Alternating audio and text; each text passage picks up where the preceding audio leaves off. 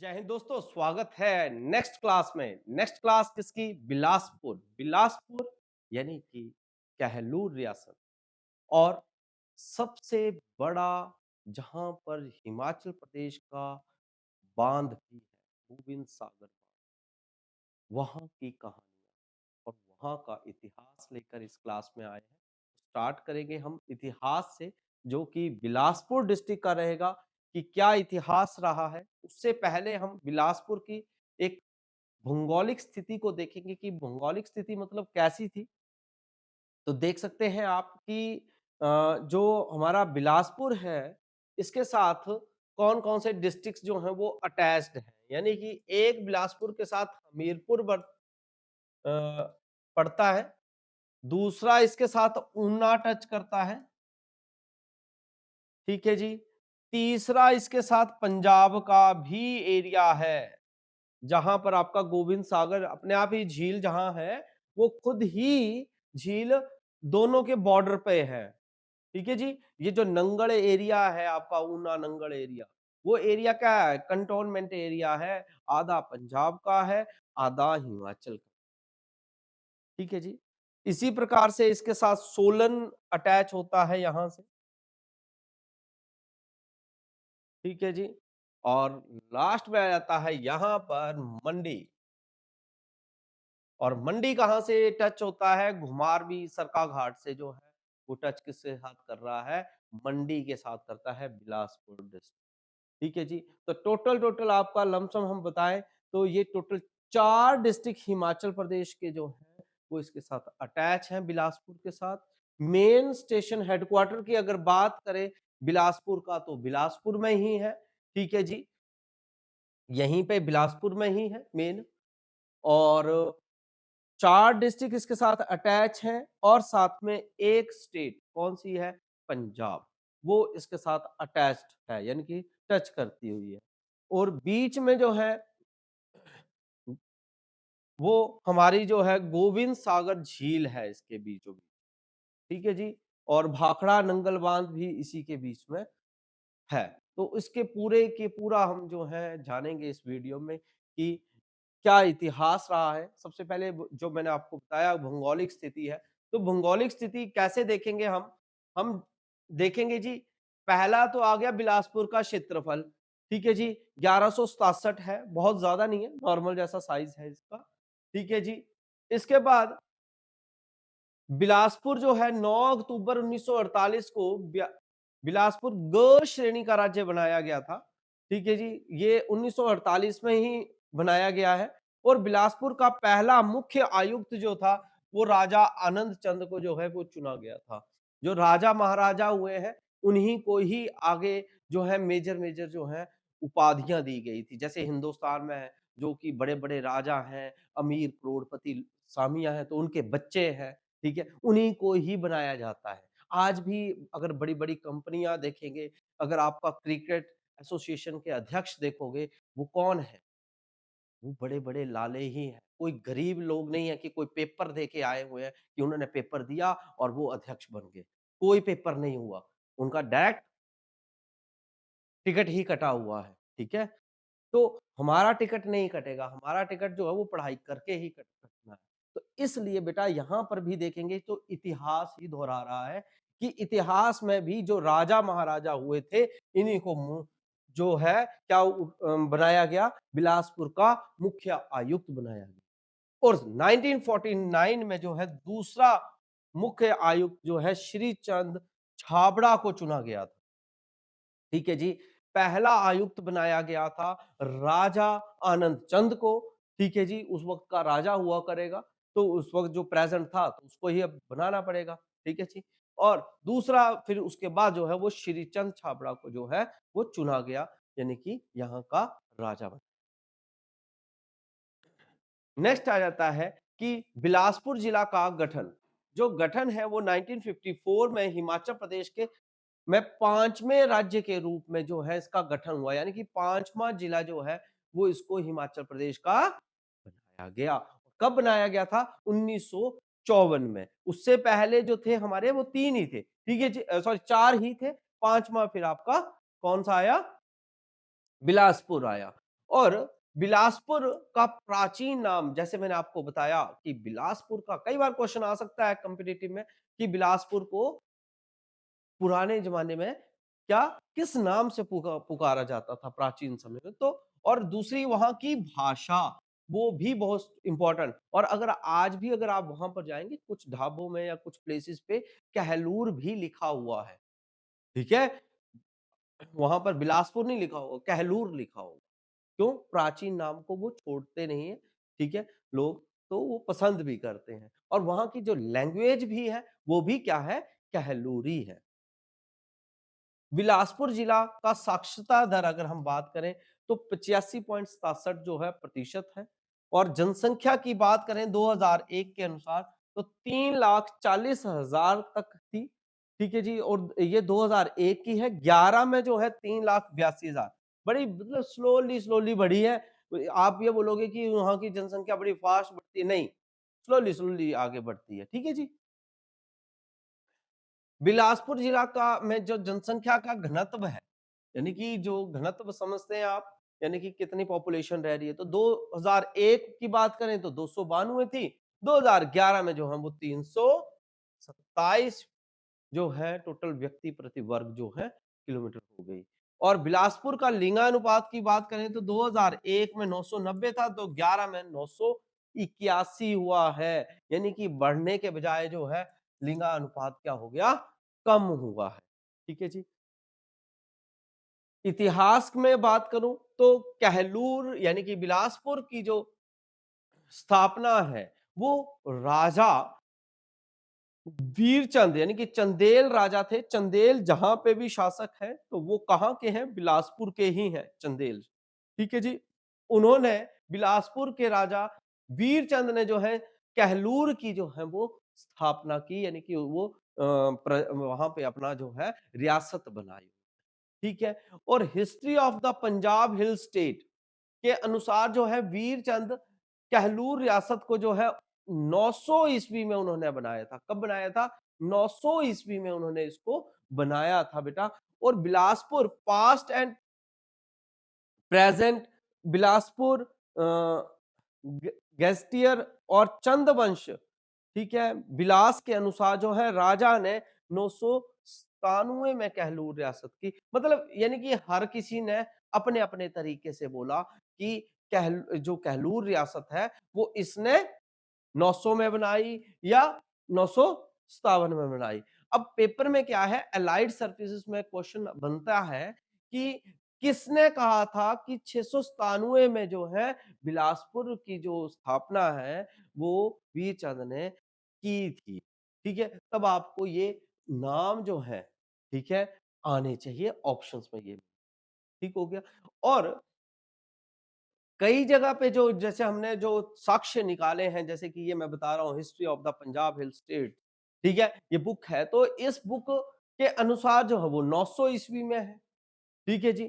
तो क्या है, तो आपको ये क्वेश्चन लर्न करना पड़ेगा कि किस में जो है कौन सी तारीख दी गई है। आफ्टर देन कहलूर यानी कि वीरचंद बुंदेलखंड यानी कि मध्य प्रदेश के राजा हरिहर का बेटा था। देखिए, यानी कि उसने अपनी रियासत बनाने के लिए, मतलब उसका जो बाप था किसका, वीरचंद का, ठीक है जी, वो क्या था, राजा खुद ही था, ठीक है, किसका बेटा था, हरिहर का, ठीक है जी। और उसके बेटे ने जो है कहां पर आकर, बुंदेलखंड का रहने वाले थे, तो कहां पर आकर यानी कि हिमाचल के बिलासपुर में आके उन्होंने क्या बनाया, रियासत बनाई, कहलूर रियासत, ठीक है। तो राजा का बेटा है नहीं जो है आगे जो है वो मतलब इन्वेस्ट किया पैसा कि भैया हम यहाँ पर भी एक रियासत क्रिएट करें, तो उन्होंने बनाई, राजा का बेटा ही बनाएगा भैया। तो ही कहता हूँ कि भैया आपको क्या पढ़ाई करने की तरफ फोकस करना चाहिए, क्योंकि जिनके पास जितना ज्यादा पैसा है वही कुछ करके गए हैं, और वो कुछ करके नहीं गए हैं, वो कुछ एक नाम बनाकर हिस्ट्री में जो है वो लिख कर चले गए, ठीक है। अब आगे देखिए, ज्वालामुखी मंदिर के दर्शन के लिए हिमाचल आया था वो, असल में कौन, वीरचंद। जो वीरचंद था वो ज्वालामुखी मंदिर आया कहां से, मध्य प्रदेश से, ठीक है जी। और कांगड़ा के राजा ने उन्हें हिमाचल में रुकने के लिए प्रस्ताव भेजा, यानी कि भाई यार छड़ परे, तूने क्यों जाना, तू इधर ही रहे, कोई चक्कर नहीं है। तो वीरचंद ने सतलुज नदी पार कर रूहाड़ के जो है ठाकुरों को हराया और कोट यानी कि कहलूर किला की स्थापना की। फिर मतलब वीरचंद ने सतलुज पार की और उसने वहां के राजाओं को, यानी कि जो उन वहां की प्रेजेंट थे उस नदी के किनारे, उनको हरा दिया और वहां पर अपनी रियासत बना दी। पर किसके कहने पे बनाई? कांगड़ा के राजा के कहने पर बनाई। कहीं ना कहीं ये जो बड़े बड़े नेता होते हैं या राजा हुए हैं पहले, तो ये क्या कर रहे हैं, एक दूसरे को डुबाने, यानी कि एक को दूसरे से भड़काने का काम करते हैं और वो अपने ही प्रजा में विलीन रहते हैं। ठीक है, यही इनका सिस्टम है। वीरचंद ने नैना गुज्जर के आग्रह पर जो है नैना देवी मंदिर, ये भी याद रखिएगा, वीरचंद ने जो है नैना देवी मंदिर क्यों बनाया था? गुज्जर के कहने पे बनाया था, क्योंकि बाद बनाया था और बाद में नैना देवी को जो है उसने अपनी राजधानी भी बनाया। ठीक है जी। और कहलूर राजा अजय चंद ने हिंदूर हिंदूर है हिंदूर यानी कि नालागढ़ का पुराना नाम है हिंदूर। ठीक है जी। हिंदूर की स्थापना की थी। हिंदूर है, ठीक है जी। हिंदूर की स्थापना की थी और कहलूर के राजा मेघचंद को जनता ने कहलूर राज्य से बाहर निकाल दिया और राजा ने कुल्लू की रियासत में जाकर शरण ली।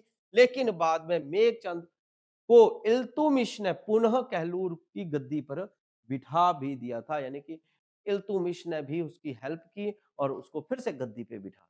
यानी कि अगर कल को आप बोलोगे कि आप किसी को हरा देते हो, यानी कि कोई बोलते हो आप किसी मंत्री के साथ पंगा लेते हो, तो दूसरा मंत्री बोलेगा भाई मेरी भी सीट खतरे में जाएगी, मैं उसी बंदे को अटैक कर दूंगा।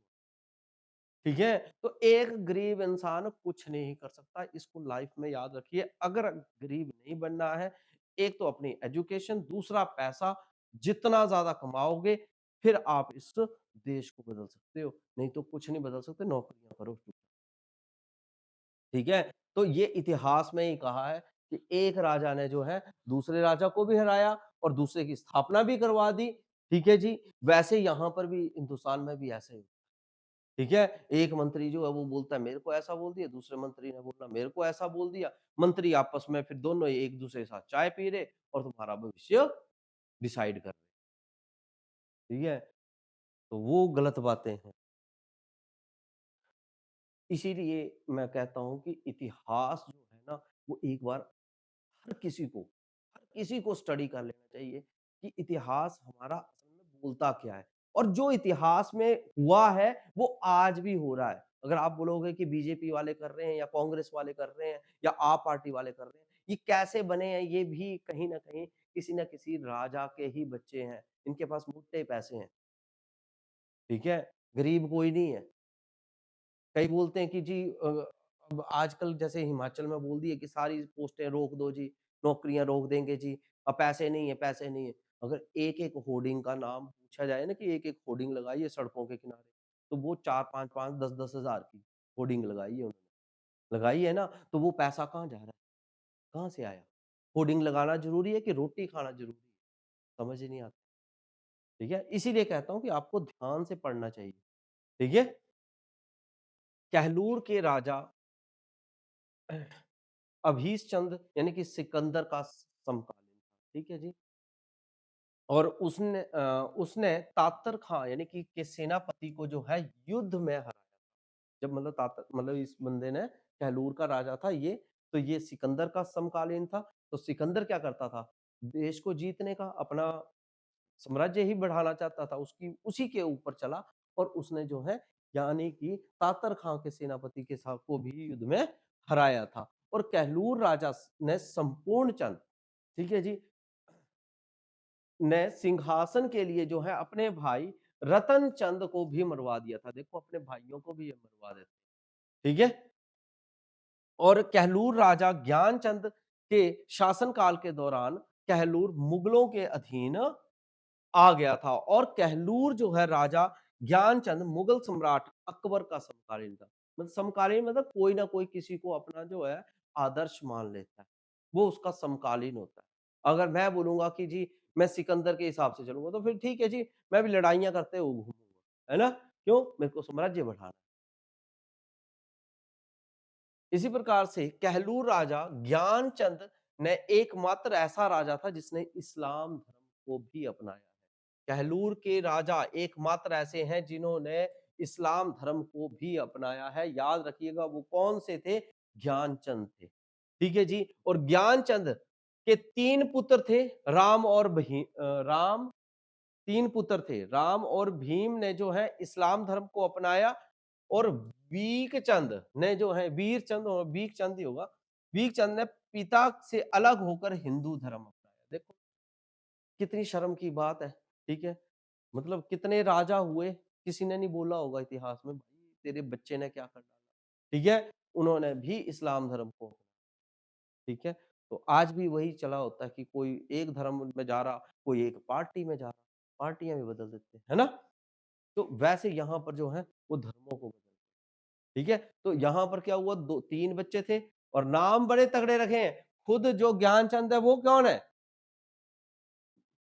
इस्लाम धर्म को अपना कर बैठा है, और बच्चों बच्चों का नाम रख दिया राम और भीम। ठीक है? तो ये है स्मार्ट लोग। इसीलिए मैं बोलता हूँ कि पढ़ाई बहुत ज्यादा जरूरी है, और पढ़ाई करो, अपनी अपनी पोजीशनों पर फिट हो जाओ, और फिर उसके बाद जो है हर किसी को प्रॉपरली जो है पैसा कमाओ, और फिर आप भी अपना एक इतिहास रचो। कहलूर के राजा ने अपनी राजधानी को जो है नैना देवी से सुहानी लाया था। मतलब सुहानी एक जगह है, वहां नैना देवी थी पहले, मतलब उसकी राजधानी, उसको चेंज किया और उसने सुनहानी जो जगह है वहां पर उसने कन्वर्ट की। उसके बाद कहलूर के राजा कल्याण चंद ने हिंदूर रियासत की सीमा पर अपना एक किला बनाया। इसी किले के का इसी किले के कारण जो है कहलूर और हिंदूर रियासत के बीच में लड़ाई हुई, यानी कि युद्ध हुआ, और कहलूर के राजा कल्याण चंद लड़ाई में जो हुआ है वो टपका डाला, यानी कि मार दिया उसको।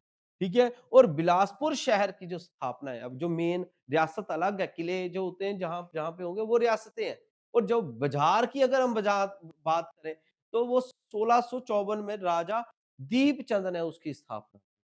ठीक है, कई बुक्स में ना ये बड़ी भरी हमें कंफ्यूजन हो जाती है कि बिलासपुर शहर की स्थापना किसने की, तो हम ना वहां पर वो वीरचंद लगाए जाते हैं टिक, कई बुक्स में जो है यहाँ पर दीपचंद आंसर दिया होता है। तो वो दोनों चीजें क्या है, डिफरेंट डिफरेंट है, वो माइंड में रखनी है आप।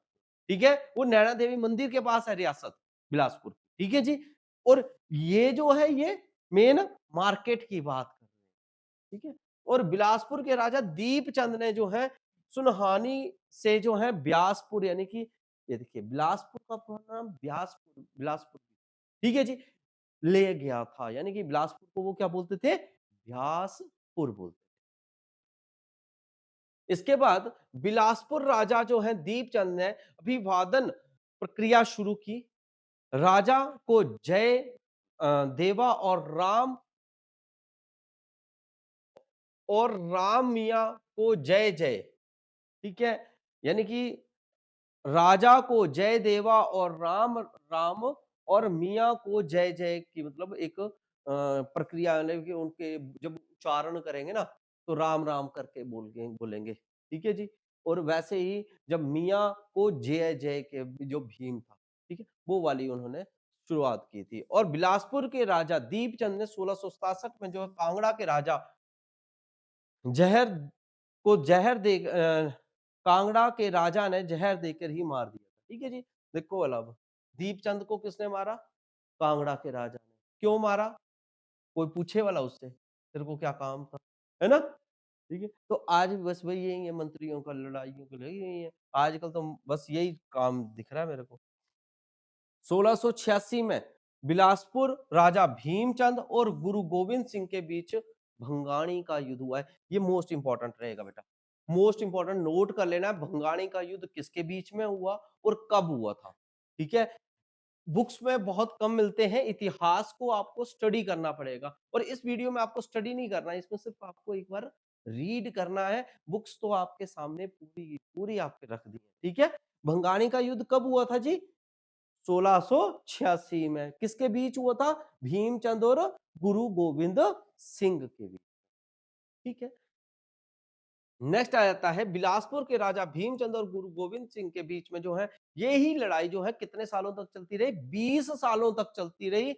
और 1701 में भीमचंद और गुरु गोविंद सिंह दोनों ही मिलकर जो है फिर दोनों ने मिले और नदौड़ में मुगलों की सेना को जो है हराया। फिर इन दोनों ने क्या किया है? खुद भी लड़े, 20 साल तक लड़ते रहे और बाद में दोनों मिल गए। जैसे बीजेपी और कांग्रेस मिल गई और फिर बोला ला जी अब उधर हमने दूसरे को हरा देना, है ना? तो ये इनका पता नहीं चलता है कौन किसकी साइड हो जाएंगे। थोड़ा सा ख्याल रखें अपना अपना। ठीक है। और बिलासपुर का सबसे कम उम्र जो है 11 वर्ष की गद्दी पर बैठने वाला जो राजा रहा है वो कौन रहे हैं? खड़कचंद। 11 साल का था। ठीक है। तो अब आजकल यही तो प्रक्रिया चल रही है कि अगर आप एक पार्टी के यानी कि एक रियासत के अगर राजा हो, ठीक है, जैसे अब ये थे, अलग-अलग थे ना राजा, पर फिर भी इन्होंने क्या किया? फिर मिलके फिर से मुगलों को हरा दिया, ठीक है? अब वैसे यहाँ पर है बीजेपी वाला वो कांग्रेस में चले जाता है, कांग्रेस वाला बीजेपी में चला जाता है, कोई दीन धर्म है नहीं, ठीक है? एक दीन धर्म तो रखो ना कि आप उस पार्टी के हो, तो यानी कि आप उस चीज़ को रिप्रेजेंट कर रहे हो तो उसको ही करना ही पड़ेगा। ये थोड़ी है पार्टियाँ बदलते रहो, तो पार्टियाँ बदलते रहते हैं। ठीक है। अब आजकल एक और चला है जनरल कैटेगरी के लिए अलग कर देना है, ठीक है जी। तो उसके लिए यूजीसी का चला हुआ है आजकल। तो उसमें क्या है जनरल कैटेगरी को अलग कर देंगे, तो वो जब कमीशन बनेगा अगर कोई भी किसी को बोल देता है तू एससी है, एसटी है तो तो उसके लिए केस हो जाएगा जनरल वाले को, ठीक है। और वहाँ की जो कमेटी बनी होगी, उसमें भी कोई नहीं होगा जनरल का, वो सारे के सारे वही कैटेगरी के। तो यानी कि फिर जितने भी होंगे अगर मैंने किसी को अब मतलब बंदा बोलने लायक ही नहीं छोड़ेंगे। ठीक है? ना ही वो उसको हम वो कर सकते हैं कि किसी को हमने बोल दिया कि भैया इसने मेरे को ऐसा बोला है, तो चुप रहो बस, ठीक है? पता नहीं क्या है, देश एक है, तो इंसान एक है, बोलते हैं ना मतलब लड़का-लड़की एक बराबर है, तो भैया फिर जात-पात भी क्यों बनाई? जात-पात होनी ही नहीं चाहिए, ठीक है? सिर्फ़ इकोनॉमिक के ऊपर बात होनी चाहिए, जो इकोनॉमिकल वीक हैं, उनकी कैटेगरी अलग कर दो कि आप इकोनॉमिकल और प्लस नॉर्मल। बस 2 ही होनी चाहिए, ठीक है? जो बहुत ज़्यादा वीक हैं, उनको आप फैसिलिटीज़ दो, ठीक है? अब जनरल वालों का वही एक जो फॉर्म होगा, वो 2000 का भरा जा रहा होगा और वही एससी-एसटी वाले का होगा, किसी का तो फ्री हो जाएगा, है ना? गलत है, सही है, वो सोचना आपने। इसके बाद है खड़कचंद जो है, अब वो भी था, 11 साल की उम्र में राजा बन गया जी। उसको तो ऐसे ही मज़े लगे हैं, कोई कुछ किया-कुआ तो है नहीं, राजा बन गया, ठीक है? तो बिलासपुर का काला अध्याय बोलते हैं इसको। ठीक है? छोटे से समय में अगर जैसे आप छोटे-छोटे बच्चे अगर बाइक ले लेते हैं और बाइक की कदर नहीं करेंगे क्योंकि उसके बाप ने ऐसे दे दी है उसको, ठीक है? मेहनत के से ली होती तो भी। तो इस वजह से खड़कचंद को जो है काला शासन को बिलासपुर का काला अध्याय बोला जाता है और खड़कचंद जो है गद्दी से हटाकर जो है उसके चाचा ने फिर वो खुद गद्दी पर बैठा था। क्योंकि ये जो है ये हर जगह लड़ता रहता था। ठीक है? और बिलासपुर के राजा हीराचंद और स्वतंत्रता संग्राम में जो है दौरान जो है अंग्रेजों की भी सहायता की है। 1857 के विद्रोह हुआ था, आपको पता है। तब बिलासपुर के राजा हीराचंद ने जो है स्वतंत्रता संग्राम में जो है किसकी हेल्प की थी? अंग्रेजों की हेल्प की। ठीक है? यानी कि ये भी हमारे हिंदुस्तान के साथ वर्क नहीं किया है। विद्रोह नहीं किया, अंग्रेजों के साथ घुस गया ये। ठीक है? इसके बाद नेक्स्ट आ जाते हैं कि हीराचंद के शासनकाल को जो है स्वर्ण काल कहा गया है बिलासपुर। अब क्वेश्चन कैसे बनेगा कि बिलासपुर का जो है काला अध्याय किस के शासनकाल को कहा जाता है, स्वर्ण काल किसके काल को कहा जाता है, ये याद रखना है। ठीक है? और हीराचंद का जो वजीर था मियां भगी परगनिया था। ठीक है जी? ये वजीर का नाम भी याद रखना है, ये किसका वजीर था। ठीक है जी। बिलासपुर जिला जो है जगत खाना और सवार घाट में टैंक का निर्माण करवाया और हीराचंद ने करवाया था। ठीक है जी। यानी कि जगत खाना और स्वार घाट हाँ में जो है एक टैंक बनवाया है तो उस टैंक का निर्माण किसने करवाया था? हीराचंद ने करवाया। इसके बाद हीराचंद ने बिलासपुर में भू राजस्व सुधार भी किए, यानी कि भूमि में भी सुधार किए हैं। और 82 में 1882 में मेहरौली, ये आपके दिल्ली की बात कर रहे हैं इस वक़्त, दिल्ली में है मेहरौली जगह, ठीक है? जहाँ पे आपका क्या है, हमारा कुतुब मीनार है, वहाँ पर इसकी मृत्यु हो गई। और बिलासपुर के राजा अमरचंद के शासनकाल की बात करेंगे तो गेहड़वी में जूंगा आंदोलन हुआ था। इंपॉर्टेंट रहेगा, जूंगा आंदोलन किसके शासनकाल में, ठीक है? और राजा अमरचंद ने 1885 में जो है बिलासपुर के आदेश पर बिलासपुर में ये आदेश दिया था कि अब से अभिलेखों और कामकाज की जो भाषा है वो देवनागरी होगी। मोस्ट इंपॉर्टेंट रहेगा कॉम्पिटिटिव में कि देवनागरी का जो है अभिलेखों को लिखने के लिए किसने आदेश दिए, ठीक है? तो वो किसने दिए थे आदेश? अमरचंद ने, ठीक है? इंपॉर्टेंट क्वेश्चन रहने वाला है। आफ्टर देन बिलासपुर के राजा थे विजय चंद ने, जिसने प्रथम विश्व युद्ध के समय जो है अंग्रेजों की हेल्प की थी, ये याद रखिएगा। और राजा विजय चंद ने ही बहादुरपुर को जो है बिलासपुर की ग्रीष्मकालीन यानी कि राजधानी भी बनाया है।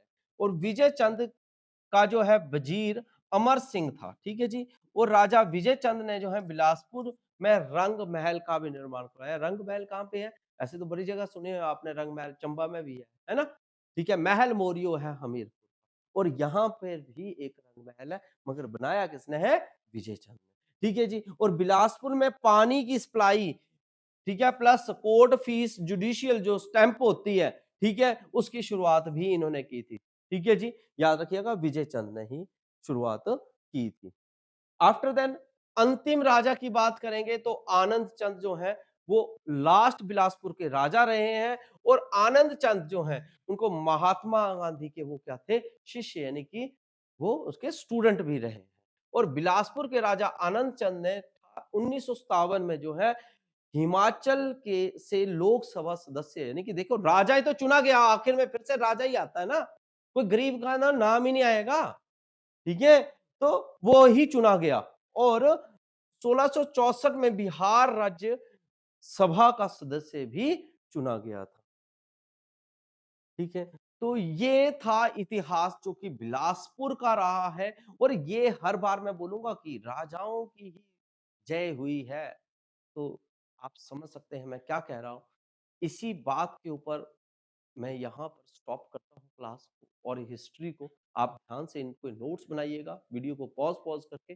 फिर मिलेंगे नए डिस्ट्रिक्ट के साथ, उसके इतिहास के साथ। तब तक के लिए जय हिंद, जय भारत, जय हिमाचल।